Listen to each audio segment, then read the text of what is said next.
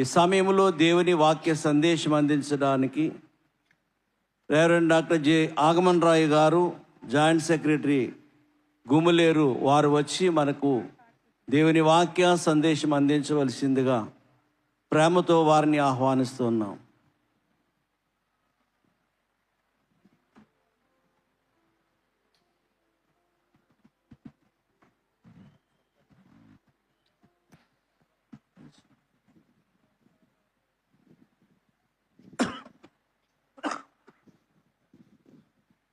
అందరికీ మరణాత. దేవుని మహాకృప, కనికరము, దయ, వాత్సల్యత మన యందుండి మన మధ్య ఉండి జరిగిస్తున్న ఈ మహోత్సవాల కొరకై త్రియేక దేవునికి నా నిండు వందనాలు తెలియజేస్తున్నాను. ఈ ప్రత్యేక సమయంలో దేవుని పరిశుద్ధ వాక్యాన్ని చదువుకుందాం. ప్రకటన గ్రంథం 4వ అధ్యాయము 4వ వచనం. ప్రకటన గ్రంథం 4వ అధ్యాయము 4వ వచనం. సింహాసనము చుట్టూ 24 సింహాసనములుండెను. 24 సింహాసనములుండెను. ఈ సింహాసనములందు 24 పెద్దలు తెల్లని వస్త్రములు ధరించుకొని తమ తలల మీద సువర్ణ కిరీటం పెట్టుకున్న వారై కూర్చుండిరి. ప్రార్థన. మహాకనికరము కలిగిన మహోన్నతుడా, నీ పావన పరిశుద్ధ పాదాలకు స్తుతులు చెల్లిస్తూ ఉన్నాం. ఈ శ్రేష్టమైన సమయమందు నీ శ్రేష్టమైన వాక్యాన్ని ధ్యానిస్తుండగా పరిశుద్ధాత్మ తండ్రి వినువారికి చెప్పువారికి నీ ఆత్మ సహాయం అందించమని ప్రార్థన చేస్తూ ఉన్నాం. దేవా, నీ వాక్యము ఎంతో విలువైనది, శ్రేష్టమైనది, ఘనమైన నీ వాక్యం అనుభవించుట నాకు అనుదిన ఆహారమై అమరుచుండునని, ఘనమైన నీ వాక్యం అనుభవించుట నాకు అనుదిన ఔషధమై అమరుచుండునని, ఘనమైన నీ వాక్యం అనుభవించుట నాకు అనుదిన దీపమై అమరుచుండునని, ఘనమైన నీ వాక్యం అనుభవించుట నాకు అనుదిన జీవమై అమరుచుండునని మా దేవజనులు నీ వాక్యాన్ని గురించి ఎంతో వివరంగా తెలియజేసిన వారై ఉండగా, ఈ సమయంలో నీ వాక్య వివరణలో వెలుచుండగా మీ సహాయం అందించి నడిపించమని వాక్యమై ఉన్న యేసునామం పేరట వేడుకుంటున్నాను పరమ తండ్రి, ఆమేన్. మన ప్రభు అయిన యేసుక్రీస్తు వారి కృపా సమాధానములు తోడై నడిపించును గాక, ఆమేన్. దేవుని సముఖమందు చేరి ఉన్న ఆయన ప్రియబిడ్డలారా, దేవుడు మన యందు ఎంతో దయా, కనికరము, వాత్సల్యత కలిగి ఈ శ్రేష్టమైన 87వ మహోత్సవములో మనమందరము సమకూడి ప్రభు యొక్క పాదాలను పట్టి స్తుతించి ఆరాధించే దీవెన, ధన్యత ఇచ్చినందుకు దేవాదేవుని మరొకసారి వందనాలు తెలియజేస్తున్నాను. ప్రకటన గ్రంథము చాలా ప్రాముఖ్యమైన గ్రంథం. బైబిలే ప్రాముఖ్యమైన గ్రంథం అయితే ప్రకటన చాలా ప్రాముఖ్యమైన గ్రంథం. ఎందుకు అంటే పాత నిబంధన అంతా కూడా మనం విత్తనం మరియు చెట్టుతో పోల్చుకుంటే క్రొత్త నిబంధన మరి కాయలు. ఈ క్రొత్త నిబంధనలో చివరి గ్రంథమైన ప్రకటన గ్రంథం పండు. కాబట్టి విత్తనం వేసేవారు ఎప్పుడు కూడా ఫలం కోసం ఆశిస్తారు. అలాగే దేవాది దేవుని యొక్క ఉద్దేశం ఏమంటే ప్రకటన గ్రంథంలో ఆయన చిత్తమంతా మనకు బయలుపరిచిన వారై ఉన్నారు. ఆయన సంకల్పం అంతా కూడా తేటగా మనకు బయలుపరిచిన వారై ఉన్నారు. ఈ గ్రంథం అంటే సాతానుకు చాలా కష్టం. ఎందుకు ఇష్టం లేదు అంటే మనం ఆది కాండంలో ప్రారంభంలో గమనించినప్పుడు దేవుడు ఈ సృష్టిని ఎలాగూ ఆయన కలుగజేశారో, ఈ సృష్టిలోనికి ఎలాగున మానవులు పాపం ప్రవేశించిందో, పాప ప్రవేశాన్ని బట్టి మానవునికి ఎంత పతనం జరిగిందో, ఈ మానవుని రక్షించడానికి దేవాది దేవుని యొక్క సంకల్పము అంతా కూడా ఈ గ్రంథంలో రాయిస్తూ ఈ చివరి గ్రంథంలో సాతానుడు అనగా పాపము తెచ్చిన సాతాను యొక్క అంతమంతా ఇందులో ఉంది ప్రకటనలో. కాబట్టి సాతానికి ఇష్టముండదు. తరువాత దేవుని యొక్క విజయం, సంపూర్ణ విజయం. నీకును నీ సంఘమునకు నిత్యమును జయముజయమని పాడుకున్నట్లుగా దేవుని యొక్క ఉన్నతమైన ఉద్దేశం యొక్క నెరవేర్పు, దేవుని యొక్క సంకల్పం యొక్క నెరవేర్పు, సంఘము వరుడైనటువంటి యేసుక్రీస్తునకు కలిగిన మహోత్సవం, తదుపరి జరిగే శాంతి పాలన, తదుపరి జరిగేటువంటి అనంత కాలం జరిగే ఆ మహోన్నతమైన స్థితి అంతా వ్రాయబడిన గ్రంథం. కాబట్టి ఈ ప్రకటన గ్రంథం చాలా విలువైన శ్రేష్టమైన గ్రంథం అని మనం తెలుసుకుంటూ ఉన్నాం. యోహాను రాసిన ప్రకటన గ్రంథంలో 1వ అధ్యాయము 3వ వచనములో, సమయము సమీపించింది గనుక ఈ ప్రవచన వాక్యములు చదువువాడును వాటిని విని ఇందులో రాయబడిన సంగతులను గైకొని వారును ధన్యులు. ఇందులో మనం దేవుని యొక్క ఆహ్వానం మనం చూస్తూ ఉన్నాం, దేవుని యొక్క సలహా మనం చూస్తూ ఉన్నాం. ఏమనంటే, సమయము సమీపించింది గనుక ఈ ప్రవచన వాక్యములు చదువువాడును వాటిని విని ఇందులో రాయబడిన సంగతులు గైకొని వారు ధన్యులు. కాబట్టి ఎవరు ఈ యొక్క ప్రవచన వాక్యాలు చదువుతారో, ఇందులో రాయబడిన సంగతులు గైకుంటారో వారు ధన్యులు అని ప్రకటన గ్రంథం చదవడానికి దేవుని యొక్క ఆత్మలను ప్రేరేపిస్తోంది. అదే రీతిగా మనం చివరి అధ్యాయంలో 22వ అధ్యాయంలో 18, 19 వచనాలు చూస్తే, ఈ గ్రంథం ముందున్న ప్రవచన వాక్యములను విను ప్రతి వానికి నేను సాక్ష్యమిచ్చినది ఏమనగా, ఎవడైనను వీటితో మరి ఏదైనాను కలిపిన ఎడల ఈ గ్రంథములో రాయబడిన తెగుళ్ళు దేవుడు వానికి కలుగజేయును. ఎవడైనను ఈ ప్రవచన గ్రంథమందున్న వాక్యములలో ఏదైనాను తీసివేసిన ఎడల దేవుడు ఈ గ్రంథములో రాయబడిన జీవవృక్షములోను పరిశుద్ధ పట్టణములోను వానికి పాలు లేకుండా చేయను. ఇది మనం ఒక వార్నింగ్ దేవుడిస్తూ ఉన్నాడు. మొట్టమొదటిలో 1వ అధ్యాయంలో అడ్వైస్, దేవుని వాక్యాన్ని మీరు చదవండి, ఈ ప్రవచన వాక్యాన్ని చదివేవాడు ధన్యుడు అని ప్రేరేపిస్తూ ఉన్నాడు. ఈ చివరిలో మనం చదివినప్పుడు ఒకవేళ ఈ గ్రంథంలో రాయబడిన దానికి ఏదైనా కలిపినట్లయితే గ్రంథంలో రాయబడిన తెగుళ్ళన్నీ వారి సంప్రాప్తమవుతాయి. మరి దైవజనులు దేవదాసయ్య గారు పెద్దలు చెప్పగా విన్న మాట ఈ ప్రకటన వివరిస్తూ అనేక రీతిలుగా దైవజనులు వివరించిన వారు ఉండగా, ఈ ప్రవచన గ్రంథము లేదా ఈ ప్రకటన గ్రంథం నేను స్వంతంగా రాసినట్లయితే ఈ గ్రంథంలో రాయబడిన తెగుళ్ళన్నీ నా మీద వచ్చుగాక అన్నారట. అంటే ఎంత దేవుని యొక్క చిత్త ప్రకారంగా, దేవుని ఆత్మ నింపుదలతో ఆ గ్రంథాన్ని అయ్యగారు వివరించారో మనం తెలుసుకోగలుగుతున్నాం. కాబట్టి గ్రంథ వాక్యాలకు మనం ఏదైనా కలిపినా చిక్కే, ఏదైనా తీసివేసినా చిక్కే. తీసివేస్తేనట ఈ గ్రంథములో రాయబడిన జీవవృక్షములోను పరిశుద్ధ పట్టణంలోను వానికి పాలు లేకుండా చేయను. కాబట్టి చాలామంది ఈ వాక్యాలు చూచి, చివరి వాక్యాలు చూచి చదవరు ప్రకటన. ఎందుకంటే భయం, ఈ గ్రంథాన్ని అపార్థం చేసుకుంటే మరలా ఈ తెగుళ్ళన్నీ నాకు సంప్రాప్తం అవుతాయేమో, పరిశుద్ధ పట్టణంలో నేను అడుగు పెట్టలేనేమో అన్న భయంతో చాలామంది ఈ గ్రంథాన్ని చదవం. కానీ మనమైతే మన దైవజనులు దేవదాసయ్య గారిని బట్టి మనకు ఒక హక్కు, ఒక స్వాతంత్రం, ఒక సంతోషకరమైన వినోదకరమైన మరి పుస్తకంగా దైవజనులు దీన్ని వివరించడం ద్వారా మనకింత భాగ్యం దొరికింది. సరే, ఈ యొక్క మరి మొట్టమొదట అడ్వైజ్ అన్నాను, నెక్స్ట్ వార్నింగ్ అన్నాను. దేవదాసయ్య గారు ఓ అంటు యు అని ఇంగ్లీష్లో పుస్తకం రాశారు. దానికి బ్రాకెట్లు ఏమని రాశారంటే వార్నింగ్ అడ్వైజ్ అని రాశారు. Warning advice. కాబట్టి ఇప్పుడు మనం చూసినటువంటి మొదట్లో చూస్తే అడ్వైజ్, లాస్ట్లో చూస్తే వార్నింగ్.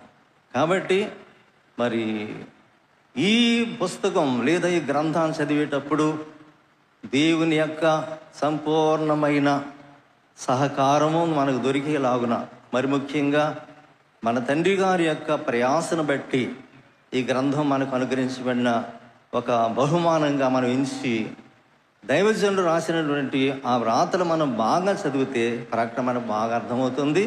అపార్థం చేసుకోవాల్సిన అగత్యం ఏమీ లేదు. కాబట్టి ప్రకటన గ్రంథం మనం అందరం చదువుదామా వద్దా?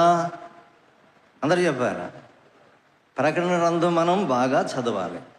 మనకి పరమగీతం పాత నిబంధనలో ప్రాముఖ్యమైతే క్రొత్త నిబంధనలో ప్రకటన మరి ప్రాముఖ్యమైన విషయమని మీ ముందు నేను ఈ విషయాన్ని తెలియజేస్తున్నాను. ఈ సమయంలో మనం చదువుకున్న వాక్య భాగం ప్రకటన 4వ అధ్యాయము 4వ వచనం.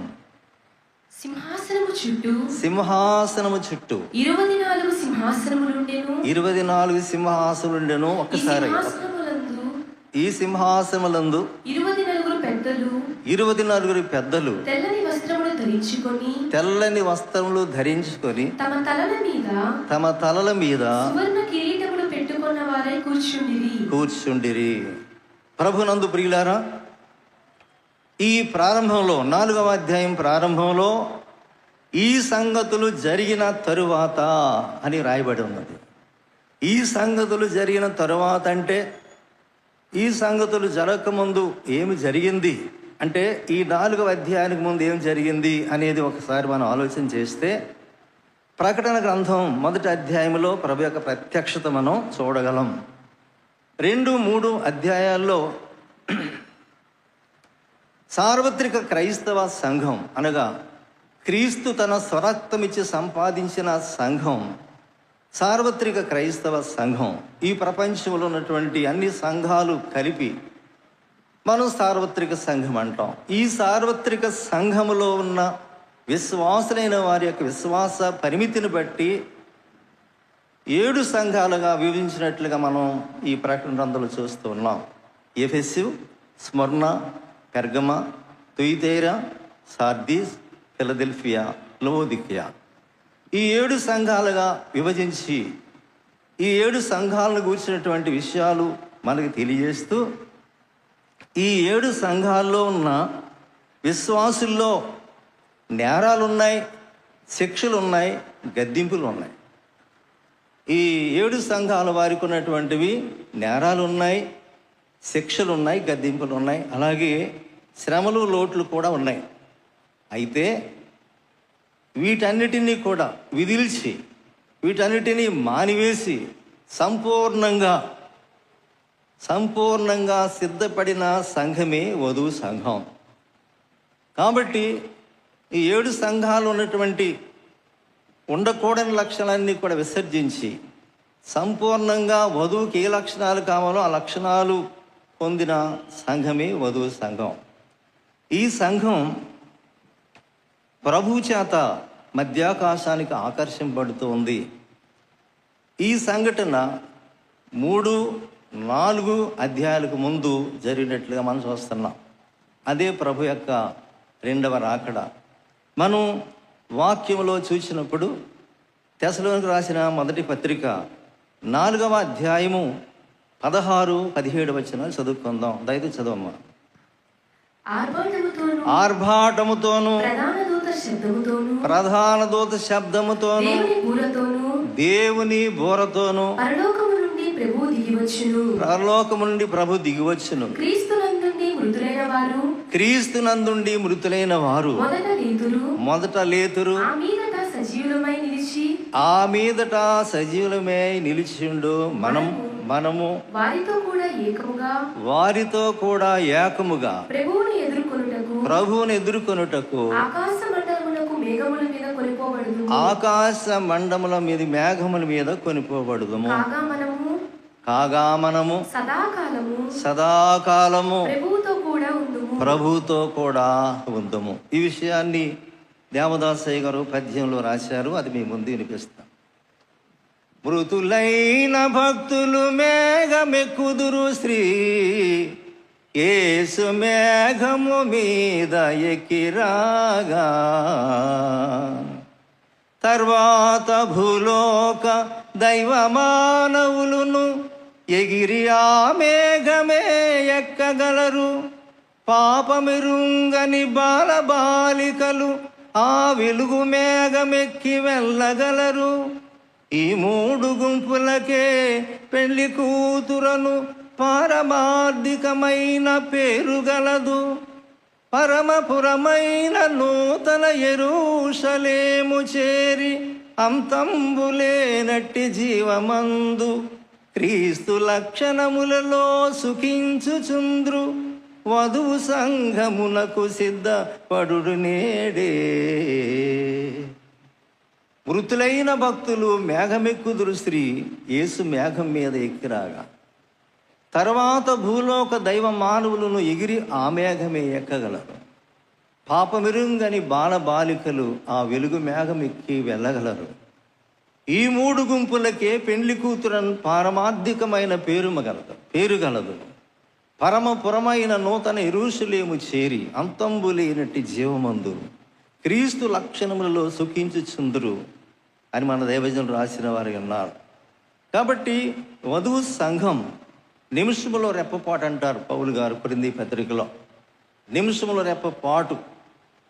ఈ నిమిషములో రెప్పపాటులో జరిగేటువంటి ఆ గొప్ప సంఘటన ఏంటంటే వధువు వరుని చేత ఆకర్షించబడి మధ్యాకాశాన్ని కొనుపబడి అక్కడి నుంచి నూతన యెరూషలేము ప్రవేశించడం మనం చూస్తూ ఉన్నాం. కాబట్టి యేసుక్రీస్తు ప్రభువారు తన సంఘాన్ని, సిద్ధపడిన సంఘాన్ని తీసుకుని వెళ్ళిన తర్వాత, ఈ సంగతులు జరిగిన తరువాత నేను చూడగా అదిగో పరలోకమందు ఒక తలుపు తెరవబడి ఉండెను. యోహాను గారు రాస్తూ ఉన్నారు. ఈ సంగతులు జరిగిన తరువాత అనగా వధువు సంఘము ఎత్తబడిన తరువాత నేను చూడగా అదిగో పరలోకమందు ఒక తలుపు తెరవబడి ఉండెను. మరియు నేను మొదట వినిన స్వరము బూరధ్వని వలె నాతో మాట్లాడగా వింటిని. మనం ప్రారంభంలోనే యోహాను గారు పద్మస్ ద్వీపంలో ఏ విధమైన సహకారం లేని వానిగా, త్రాగడానికి మంచినీళ్ళు లేవు, తినడానికి ఏమీ లేదు, సహకారులు ఎవరు లేరు, ఏకాకిగా ఒంటరిగా శ్రమ పడుతున్నటువంటి ఆ సమయంలో ఆయన సంఘాలను కూర్చుని ఆలోచన, అయ్యో పశ్చిమ్రానికి ఇలా జరుగుతుందే, అలాంటిది నా సంఘాన్ని ఎలా హింసిస్తున్నారు, ఏం చేస్తున్నారని యోహాను గారి మనసంతా, దృష్టి అంతా ఎక్కడికి వెళ్ళిపోయిందంటే సంఘం వైపు వెళ్ళిపోయింది. అందుకే యోహాను యొక్క మనస్సును అటువైపు తిప్పుకోవడానికి దేవుడు ఆయన వెనుక బూరధ్వని వంటి గొప్ప స్వరంతో మాట్లాడుతున్నారు. ఈ స్వరమేమిటో వీణగోరిన యోహాను వెనుకకు తిరుగగా 7 సువర్ణ దీప స్తంభాలు, ఆ దీప స్తంభాల మధ్య మనిషి కుమారుని పోలిన ఒకరిని చూచితినని ఆయన ప్రత్యక్షత అంతా మనకు రాయబడి ఉన్నది, రాశారు యోహాను గారు. మన దేవుడు సర్వజ్ఞుడు, సర్వజ్ఞాని, ఎవరిని ఏ విధంగా తన తట్టు మరల్చుకోవాలని ఎరిగినటువంటి మహాదేవుడు. 40 సంవత్సరాలు గొర్రెలను మేపి అలసిపోయినటువంటి మోషే గారిని పొద దగ్గర ఆకర్షించారు దేవుడు. పొద మండుచున్నదే కానీ కాలిపోవడం లేదు. ఏమిటి వింత అని, ఏమిటి వింత చూద్దామని సమీపించినప్పుడు అక్కడ ఒక వింత. నిజంగా దేవుని యొక్క సంకల్పం ఎంత గొప్పది. 40 సంవత్సరాలు ఇక నా వేస్ట్ అయిపోయింది, నా జీవితం, నాకు, నా ప్రజలకు, నా దేవునికి సంబంధం లేదు అని నిరాశతో ఉన్నటువంటి మోషే గారిని దేవుడు పొదలో ఉండి ఆకర్షించారు దేవుడు. అలాగే యోహాను గారు కూడా ఇప్పుడు నిరాశతో, అయ్యో నేను ఇంత శ్రమలో ఉన్నాను, నా సంఘం ఎంత శ్రమలో ఉంది అని ఆలోచన కలిగి ఉన్న సమయంలో దేవుడు ఈ అద్భుతకరమైన దృశ్యాన్ని చూపించి యోహాన్ని బలపరుస్తారు. మొదటి అధ్యాయంలో ఆయన స్వరూప లక్షణం అంతా మనం చూపిస్తూ 17వ వచనంలో, నేను ఆయన చూడగానే చచ్చిన వాని వలె ఆయన పాదముల యొద్ద పడి తిని, ఆయన తన కుడి చేతి నా మీద ఉంచి నాతో ఇట్లనే, నువ్వు భయపడకము, నేను మొదటి వాడను, కడపటి వాడను, జీవించి వాడను, మృతుడినైతిని గాని ఇదిగో యుగ యుగములు సజీవుడినై ఉన్నాను. కాబట్టి యోహానును ధైర్యపరిచి యోహాను చేత ఈ దివ్య గ్రంథాన్ని రాయించినటువంటి దేవునికి మనం ఎన్నైనా కృతజ్ఞత చెల్లించవలసిన వారమే ఉన్నాం. ఈ యొక్క సమయంలో 4వ అధ్యాయంలో మనం చూసినప్పుడు మొదటి నుంచి వెళ్దాం. ఈ సంగతులు జరిగిన తర్వాత నేను చూడగా, అదిగో పరలోకమందు ఒక తలుపు తెరబడి ఉండెను. మరియు నేను మొదట వినిన స్వరము భూరధ్వని వలె నాతో మాట్లాడగా వింటిని. ఆ మాట్లాడినవాడు, ఇక్కడికి ఎక్కి రమ్ము, ఇక మీదట జరగవలసిన వాటిని నీకు కనపరిచెదను అనెను. అంటే ఇంతవరకు పద్మస్ దీపంలో నలిగిపోయి అరిగిపోయినటువంటి యోహాను, చచ్చిన వాని వలె పడి ఉన్న యోహాను ఈ సమయమందు ఎప్పుడైతే పరలోకం తెరవబడిందో, వెంటనే ఇంతవరకు శ్రమలో ఉన్న యోహాను ఈ శ్రమ అంతా మర్చిపోయి ఇక్కడికి ఎక్కి రమ్ము అన్న మాట వినగానే ఆయన పైకి వెళ్ళినట్లుగా మనం చూస్తూ ఉన్నాం. కాబట్టి వెంటనే నేను ఆత్మవశుడనైతిని. ఆత్మవశమైపోయాడుక. ఇంతవరకు తన వశంలో ఉన్నటువంటి యోహాను ఇప్పుడు ఆత్మవశుడైపోయారు. అందుకే మన దైవజనులు మనకు సన్నిధి క్రమం నేర్పించారు. ఈ సన్నిధి ద్వారా మనము ఆత్మవశమై, దేవుని వశమై, దేవుని రాకకు సిద్ధపరచబడాలనేటువంటి ఉద్దేశంతో దైవజనులు మనకు సన్నిధి అనేది ఏర్పాటు చేసిన వారు ఉన్నారు. అందుకే సన్నిధిలోని ఉన్న ఎడల సన్నిధి నీలో ఉండును సుమి. యోహాను గారు పద్మస్తీపంలో అంతవరకు శ్రమ పడుతున్న ఆయన నేత్రాలకు దేవుడు ఎంతో ఆనందకరమైన దృశ్యాలు చూపిస్తూ, ఇదిగో ఇక్కడికి ఎక్కి రమ్మని పిలవగానే ఆయన వెంటనే నేను ఆత్మవశుడనైతిని, అదిగో పరలోకమందు ఒక సింహాసనం వేయబడి ఉండెను. యోహాను గారు చూస్తూ ఉండగా పరలోకమందు ఒక సింహాసనము వేయబడి ఉండెను.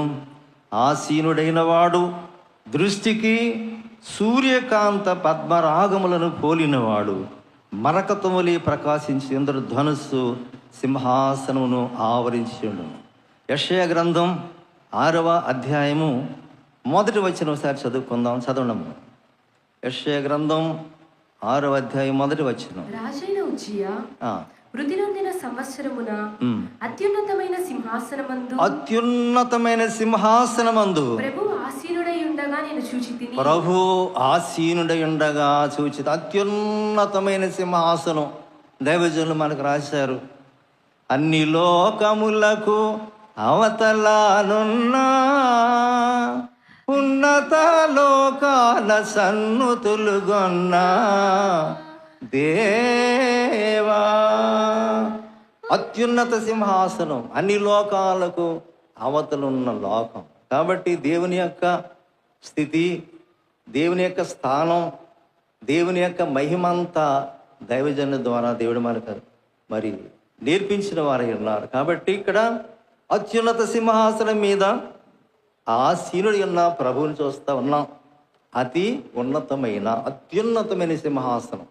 ఆ సింహాసనాన్ని మించి వేరే సింహాసనం, అంత మహిమ కలిగిన సింహాసనం ఇక్కడ మనం చూసినప్పుడు ఆ దేవదూతల స్తుతిగానం అంతా మనం చదవడానికి సమయం సరిపోదు. కాబట్టి ఇక్కడ 3వ వచనంలో సింహాసనమందు ఒకడు ఆసీనుడై ఉండెను. ఆయన ఎవరో? తండ్రి అయిన దేవుడు. ఆసీనుడైన వాడు దృష్టికి సూర్యకాంత పద్మరాగములను పోలినవాడు. సూర్యకాంత పద్మరాగములను పోలినవాడు. కాబట్టి మహాదివ్యమైన తేజస్సుతో మహామహిమతో తిమోతికి రాసిన మొదటి పత్రిక 6వ అధ్యాయము 16వ వచనం ఒకసారి చదువుకుందాం. తిమోతికి రాసిన మొదటి పత్రిక 6వ అధ్యాయము 16వ వచనం. సమీపింపరాని తేజస్సులో ఆయన మాత్రమే వసించుచు అమరత్వం గలవాడై ఉన్నాడు. మనుషులలో ఎవడును. కాబట్టి ఆయన ఎలా ఉన్నాడంటే సమీపింపరాని తేజస్సులో ఎవ్వరు కూడా సమీపింపలేనంత మహామహిమతో మహా తేజస్సుతో ప్రకాశిస్తున్న మహాదేవుడిని చూస్తూ ఉన్నాడు యోహాను గారు. చూసారు ఎంత గొప్ప భాగ్యం దొరికిందో. ఆయన ఇక్కడికి ఎక్కి రమ్మని పిలవగానే ఎప్పుడైతే ఆయన వెళ్ళారో పరలోకమందు ఆ తలుపు తెరబడిందో మహాదివ్య సింహాసనము, ఆ సింహాసనం దేవుని చూస్తూ ఉన్నాడు. ఆయన అంటూ ఉన్నాడు, దృష్టికి సూర్యకాంత పద్మరాగములను పోలినవాడు మరకతం వలె ప్రకాశించేందరు ధనుస్సు. ఇక్కడ మనం చూస్తూ ఉన్నాం. ప్రభునందు ప్రియులారా, ఇంద్రధనస్సు అనగా మరి బైబిల్ గ్రంథాన్ని తర్జుమా చేసేటప్పుడు మన వారు హిందూ దేశంలో ఇది ట్రాన్స్లేషన్ చేసేటప్పుడు మరి పండితులైన వారిని ఆహ్వానించి వారి చేత ఈ తర్జుమా చేయించే సమయంలో కొన్ని పదాలు వారు ఈ యొక్క దేశ సంబంధమైన మాటలు వారు ఉపయోగించినట్లు మనం బైబిల్లో చూస్తూ ఉన్నాం. ఉదాహరణకు బ్రహ్మాండమైన చెట్టు కనిపించింది, నెబుకద్నెజర్ బ్రహ్మాండం. ఇలాంటి మాటలు అవి మనవి కాదు, కానీ వారు ట్రాన్స్లేట్ చేసేటప్పుడు వారి పదాలు వారికి అర్థమయ్యే శైలిలో వారు రాసిన వారు ఉన్నారు. ఇక్కడ కూడా ఇంద్రధనుస్సు అని రాయబడి ఉన్నారు. ధనుస్సు మనం అందరం ఎరుగుదాం.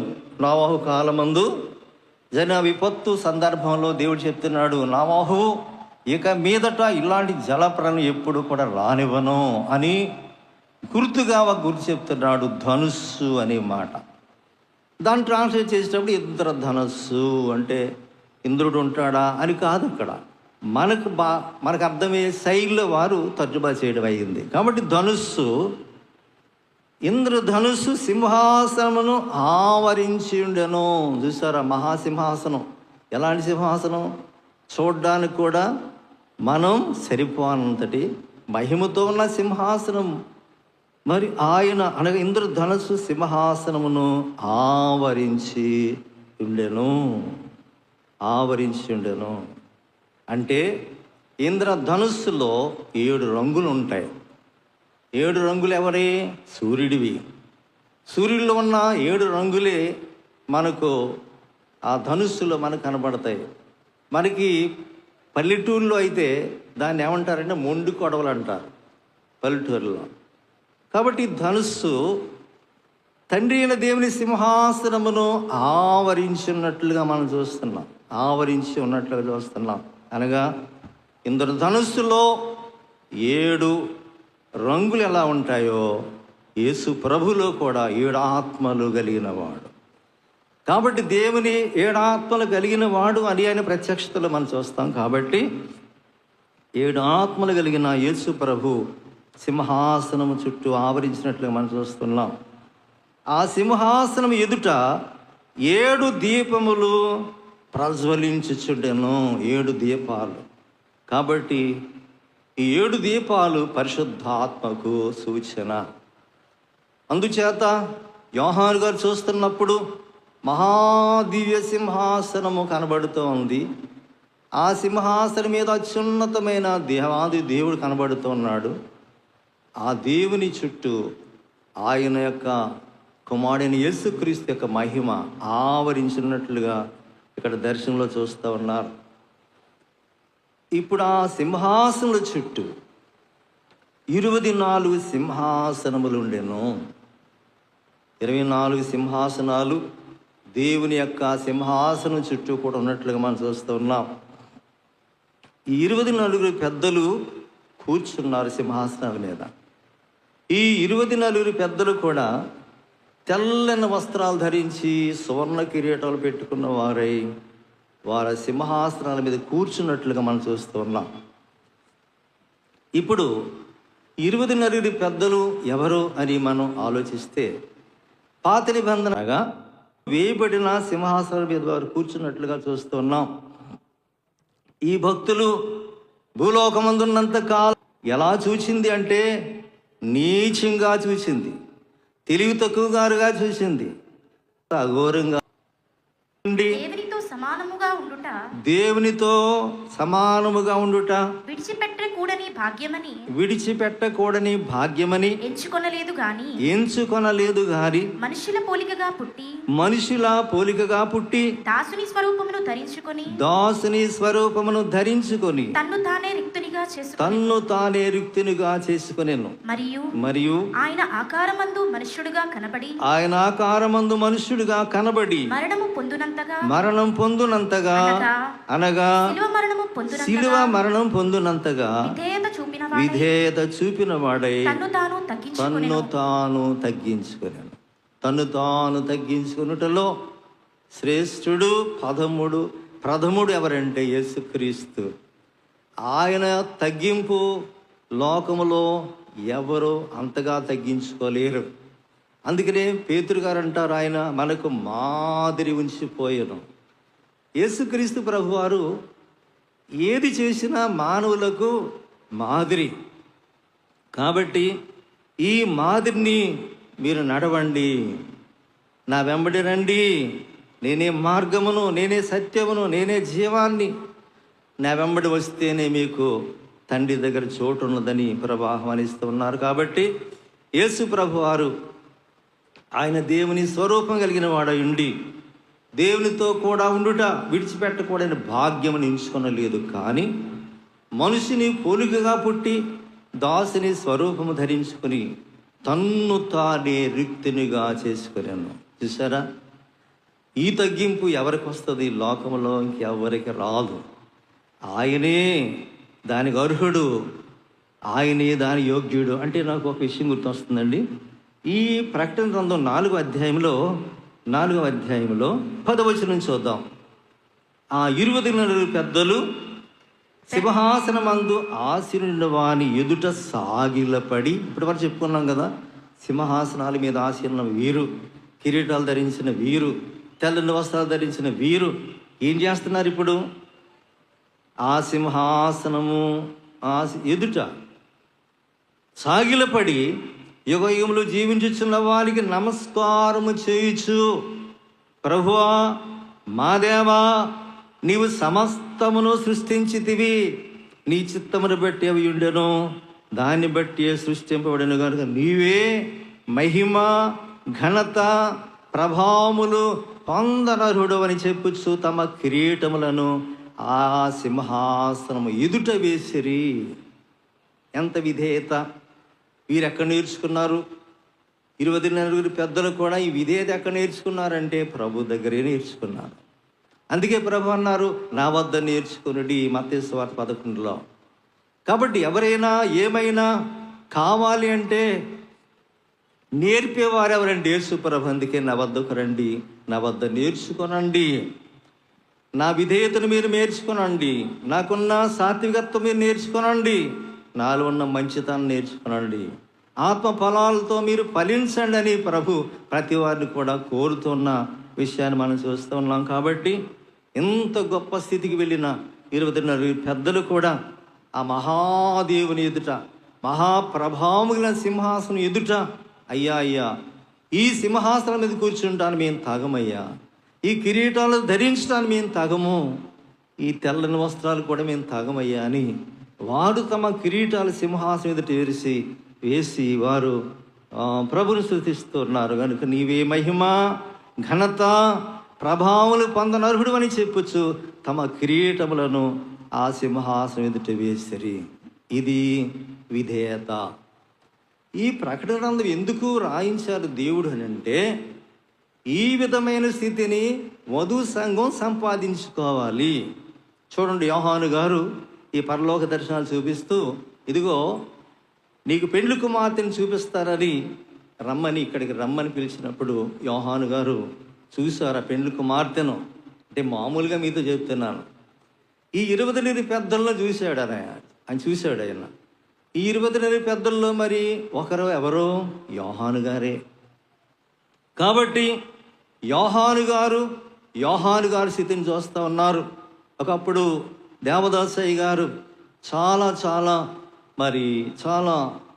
శ్రమలో ఉన్నారు. సమయంలో చాలా శ్రమట, ఇంకా మనం చెప్పుకోలేంత మహాశ్రమ. ఆ శ్రమలో ఉన్నప్పుడు మన పెద్దలు ఎలీషయ్య గారు, చార్లీసయ్య గారు, జీసమలయ్య గారు, జాకోబయ్య గారు వచ్చి, అయ్యా ప్రభు మీరు ఏమడిగినా చేస్తారు కదయ్యా, మీ శ్రమ మేము చూడలేకపోతున్నామయ్యా, ఒక్కసారి ప్రభువా నా శ్రమను తీసివేయను, ప్రార్థన చేయండి అని రిక్వెస్ట్ చేశారట, కోరారట.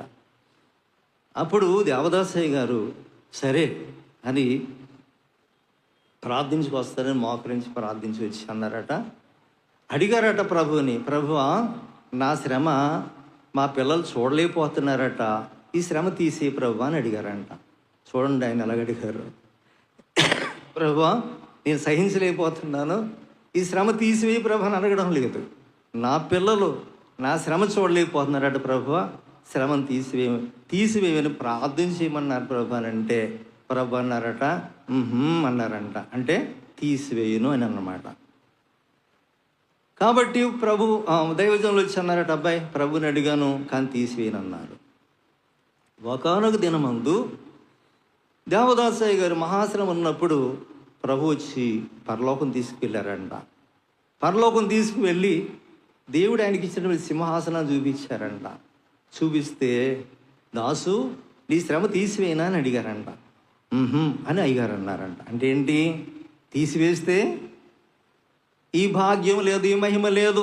మహిని యేసే మహాశ్రమ పొంది, మహిని యేసే మహాశ్రమ పొంది మహిమకు వెళ్ళెనుగాదే.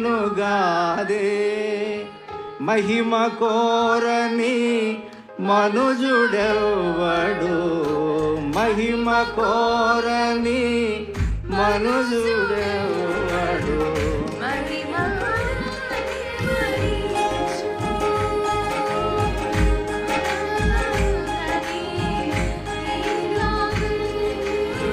శ్రమలు లేక స్వర్గము లేదు, మానవుడు శ్రమను పొందక దైవా మానవుడెటుగా.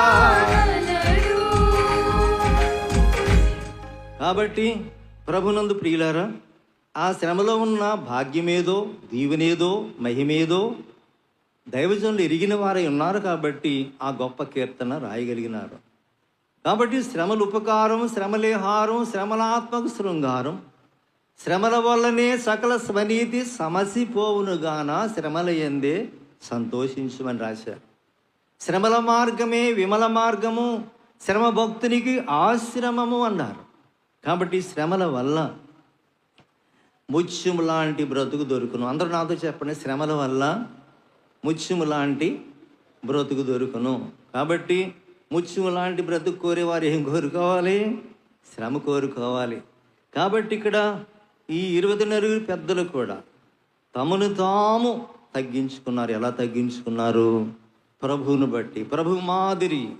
అందుకని నా వెంబడి రండి, నన్ను వెంబడించండి, నన్ను అనుసరించండి అన్నారు. కాబట్టి శిష్యులు అంతటి గొప్పవారు కాగలిగారు. కాబట్టి ప్రభునందు ప్రియులారా, ఈ రీతిగా మనం చూచినప్పుడు ఎవరైతే యేసుక్రీస్తు వలె తమను తాము తగ్గించుకొని లోకమందు ఎవరు జీవిస్తారో వారికే రేపు పరలోకమందు సింహాసనాలు. కాబట్టి సింహాసనాలు కోరే వారికి ఏముండాలన్నమాట? తగ్గింపు కలిగి ఉండాలి. వారు ఎంత గొప్పవారైనా. అందుకే ఈ ఆరాధన గురించి దైవజనులు వివరిస్తూ చాలా గొప్ప ఆరాధన, మనకున్న ధనం, మనకున్న ఘనత, మనకున్న విద్య, మనకున్న గొప్పతనం అంతా ప్రక్కన పెట్టాలట ప్రభు దగ్గరికి వచ్చేటప్పుడు. కాబట్టి వారికి ఉన్న ఘనత, మహిమ, ప్రభావాలు, మహిమ కిరీటాలన్నీ కూడా ప్రక్కన పెట్టి వారు ప్రభుని ఆరాధిస్తూ ఉన్నట్టే మనం కూడా దేవుని ఆరాధించేటప్పుడు దావీదు మహాభక్తుడు, మహారాజు అంటాడు, దేవా నేనే పాటివాడను, నా కుటుంబమే పాటిది దేవా, కేవలము నీ కృపే కదా నన్ను రక్షించింది దేవా అని దావీదు కృతజ్ఞత కలిగిన వాడే దేవుణ్ణి స్తుతించినట్లుగా, ఆరాధించినట్లుగా మనం చూస్తూ ఉన్నాం. తర్వాత వారు కిరీటాలు ధరించారు. కిరీటాలు అనగానే జయానికి గుర్తు. ఈ పెద్దలైన వారు వేటిని జయించారంటే పాపాన్ని జయించారు, పాప ఫలితాలు జయించారు, సాతాను జయించారు, పాతాళాన్ని జయించారు, చివరికి నరకాన్ని కూడా జయించారు. ఇన్ని విషయాల్లో వారు జయించారంటే కారణం ఏంటి? యేసుక్రీస్తు ప్రభు పొందిన జయమే ఎల్లవారి కౌను, కోరిన ఎల్లవారి కౌను, వేడిన ఎల్లవారి కౌను, నమ్మిన ఎల్లవారి కౌను. యేసు పేరు మీ సిక్కుల పైన వేసి కొన్న జయము, జయమ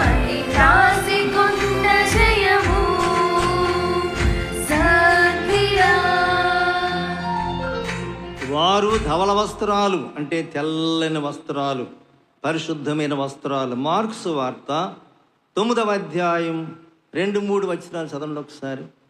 మార్క్స్ వార్త 9వ అధ్యాయం 2-3 వచనాలు. రూపాంతర కొండ మీద ప్రభు యొక్క స్థితిని మనం చూస్తూ ఉన్నాం.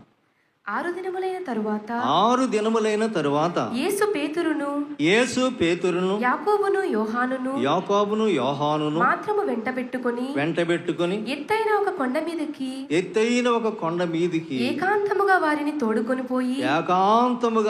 తోడుకొని పోయి వారి ఎదుట రూపాంతరము పొందెను.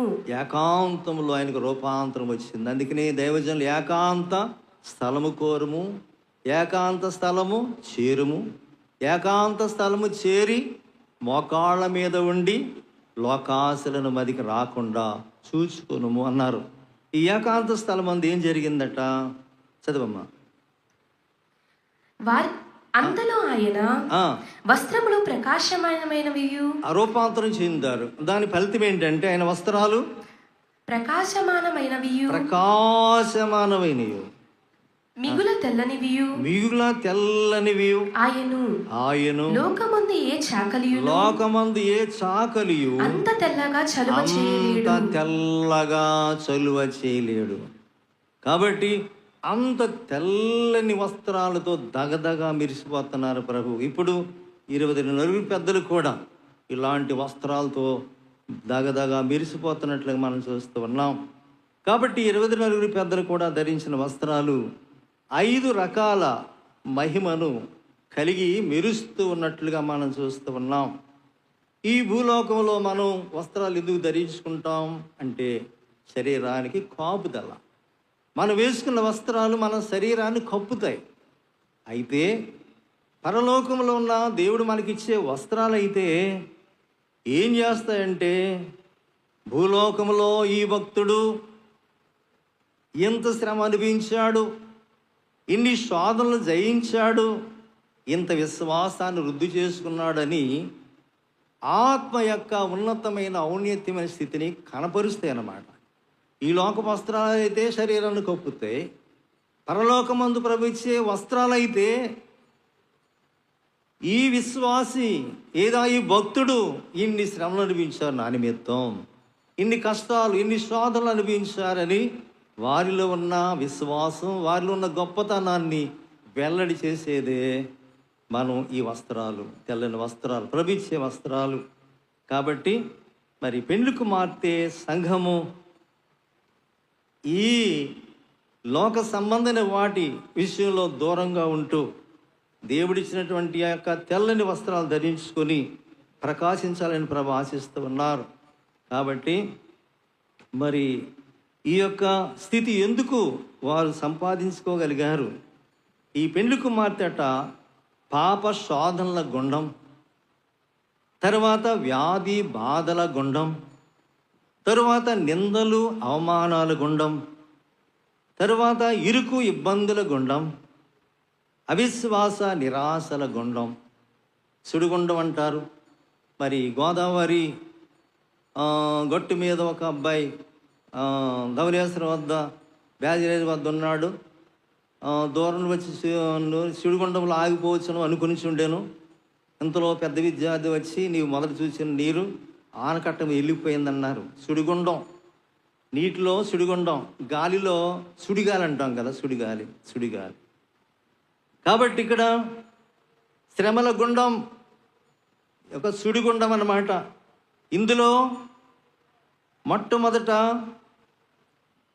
పాప శోధనల గుండం, విశ్వాసిని బాధించేవి, కష్టపెట్టేవి పాప శోధనల గుండం. కాబట్టి ప్రతి విశ్వాసిని కూడా పాపము తర్వాత శోధన అనే ఈ గుండంలో తిరగాలి.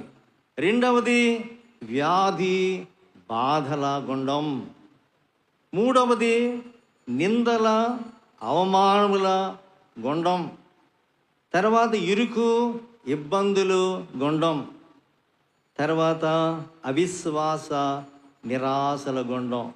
ఈ 5 గుండాల్లో తిరుగుతుందన్నమాట ఈమె. ఎవరు? వధువు. అంటే వరుడికి కావలసిన వధువుగా సిద్ధపడే వారికి కూడా మనం అనుకున్నాం, మహిని వేసే మహాశ్రమ పొంది మహిమకు వెళ్ళిన కాదే, మహిమ కోరని మనుషుడెవడు, మర్యాదగానెవడిచ్చు, శ్రమలు లేక స్వర్గం లేదు అన్నారు. కాబట్టి శ్రమల కొలిమి దైవజనులు అనేవారట, అబ్బాయి నేను శ్రమల కొలిమిలో ఖాళీ చేసి మహిమలోకి వెళ్ళాను, కలిమి కోనుకునే వారులారా ఈ కొలుములోకి రండి అనేవారట. కాబట్టి ఈ శ్రమల కొలిమిలో, ఈ శ్రమల గుండంలో తిరిగి ఇవన్నీ అనిపించిన తర్వాత శ్రమల గుండంలో తిరిగి పరీక్ష గుండంలో పరీక్షించబడి కృపాద్వారము ద్వారా కృప.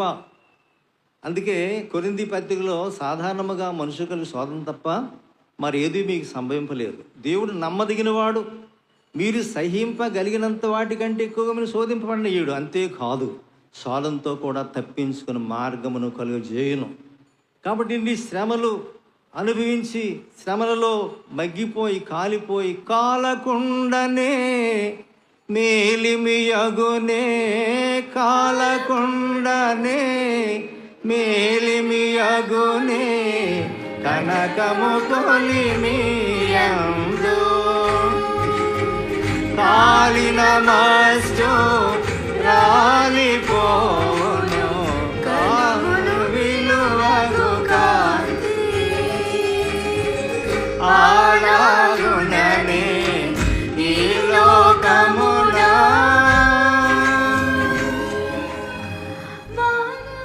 చాలు.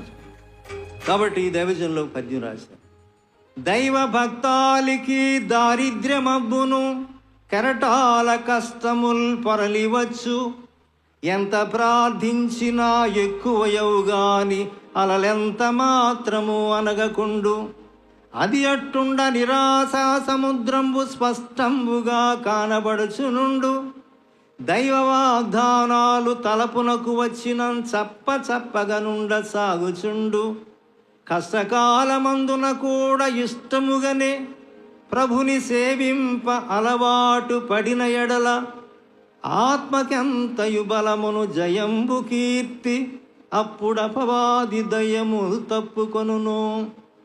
దైవ భక్తాలికి దారిద్ర్యమబ్బును, కెరటాల కష్టములు పర్లివచ్చు, ఎంత ప్రార్థించినా ఎక్కువయవు గాని అది అలలెంత మాత్రం అనగకుండు, అది అట్టుండ నిరాశా సముద్రము స్పష్టంబుగా కానబడుచునుండు, దైవ వాగ్దానాలు తలపునకు వచ్చిన చప్పగా నుండి సాగుచుండు, కష్టకాలమందున కూడా ఇష్టముగానే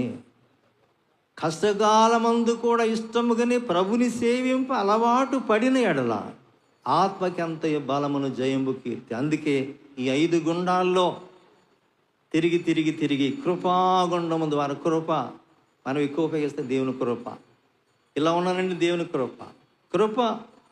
కాబట్టి కృప ఈజీ కొంటే యేసు ప్రభువే. కాబట్టి మరి ఈ శ్రమలు నుండి తప్పించబడి ప్రకాశించేటువంటి మహిమాస్త్రాలు సంపాదించవలసిన వారమై ఉన్నాం. మరి ఇక్కడ వస్త్రాల గురించి దైవజనులు చెప్పారు. ఆ వస్త్రాలు మీ ముందు నుంచి నేను ముగించేస్తాను. మొట్టమొదట రక్షణ వస్త్రం ప్రకటన గ్రంథం 7వ అధ్యాయం 13 నుంచి 14 వచ్చిన వరకు. రెండవది నీతి వస్త్రం ఎఫెసీ పత్రిక 6వ అధ్యాయం 14వ వచనం. తర్వాత జయవస్త్రం ప్రకటన గ్రంథం 3వ అధ్యాయం 5వ వచనం. నాలుగవది హతసాక్ష్య వస్త్రం ప్రకటన 6వ అధ్యాయము 9 నుంచి 11 వరకు. ఐదవది పెండ్లి వస్త్రం ప్రకటన 19:8. ఈ సమయం ముందు మొట్టమొదట రక్షణ వస్త్రం అంటే ప్రకటన గ్రంథం 7వ అధ్యాయం 13-14లో పెద్దల్లో ఒకడు తెల్లని వస్త్రములు ధరించుకుని ఉన్న వీరెవరు ఎక్కడ నుండి వచ్చిన అడిగాను. అందుకు నేను అయ్యా నీకే తెలియననగా అతడు ఇలాగు నాతో చెప్పెను, వీరు మహాశ్రమల నుండి వచ్చిన వారు గొర్రెపిల్ల రక్తములో వస్త్రములను తమ వస్త్రం ఉదుక్కొని వాటిని తెలుపు చేసుకుని మహాభక్తుడు పురుషోత్తం చౌదరి గారు ఒక పాట రాశారు. అనీతి వస్త్రమెడలించెను యేసునాదు రక్తము నాముంచెను. అనీతి వస్త్రమెడలించెను యేసునాదు రక్తము వినోదయద్రమెదను నియన్న గణం వినన్ ప్రేమ నాకు చూపే యెహోవా నామరలాలించెను తన మహాదయను నామరలాలించెను తన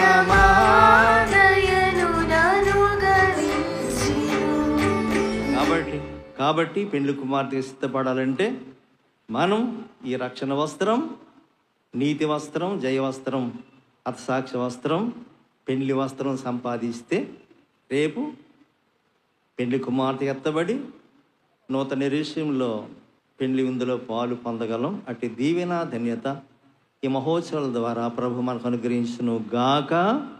ఆమేన్. చిన్ని ప్రార్థన. యేసుక్రీస్తు ప్రభువా, ఈ కొద్ది మాటలు మా హృదయంలో ముద్రించి తగిన కాలమందు ఫలించినట్లు సహాయం చేయమని నీతి సూర్యుడైన యేసునామం పేట వినయంతో వేడుకుంటున్నాను పరమ తండ్రి. ఆమేన్.